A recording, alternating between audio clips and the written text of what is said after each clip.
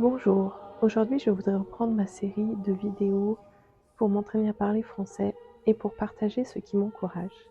Pendant ces vacances, nous sommes partis voir des amis dans l'état où nous habitions avant d'emménager au Texas. J'ai revu une amie qui m'est très chère, qui est une sorte de mentor, une dame qui s'est mariée à l'année de ma naissance et donc elle a des enfants qui sont adultes maintenant. Elle a aussi élevé certains de ses neveux et nièces, donc j'ai beaucoup d'admiration pour elle et de respect pour ses méthodes d'éducation. Je lui ai demandé quel serait son meilleur conseil pour élever ses enfants en tant que maman chrétienne. Son église est pentecôtiste, si elle c'est très charismatique, mais en l'occurrence dans son église c'est pas forcément le cas. C'était plus une version calmée des pentecôtistes.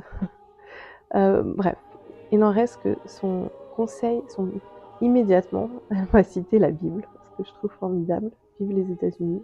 Et donc elle me cite les Philippiens. Tout ce qui est vrai, tout ce qui est honorable, tout ce qui est juste, tout ce qui est pur, tout ce qui est aimable, tout ce qui est de bonne renommée, s'il est quelque vertu, s'il est quelque louange, que ce soit là l'objet de vos pensées.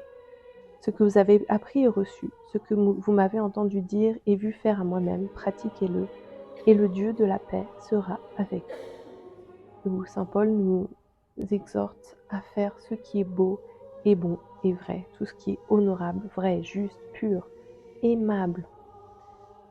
Ce sont toutes ce qui sont des qualités positives à rechercher, des vertus à pratiquer. Et sa remarque tout à fait pertinente, c'est de ne pas seulement retirer ce qui est mauvais de nos vies, mais aussi c'est-à-dire verser dans la vie de nos enfants des choses bonnes et positives, qu'il n'y ait pas un vide qui soit créé, mais qu'on les nourrisse de bonnes choses, c'est-à-dire d'activités et de pensées vertueuses. Contexte de ce chapitre 4, c'est « Réjouissez-vous dans le Seigneur en tout temps, réjouissez-vous. Que votre modération soit connue de tous les hommes, le Seigneur est proche. Ne vous inquiétez de rien. En toutes circonstances, faites connaître vos besoins à Dieu par des prières et des supplications, avec des actions de grâce. Et la paix de Dieu, qui surpasse toute intelligence, gardera vos cœurs et pensées dans le Christ Jésus. » On remarque que 2 fois dans ce paragraphe, il est mention de la paix qui, puis, la recherche de la vertu. Ne pas s'inquiéter des aléas de la vie, mais avoir confiance et rechercher le bien. Cherche la paix et poursuis-la.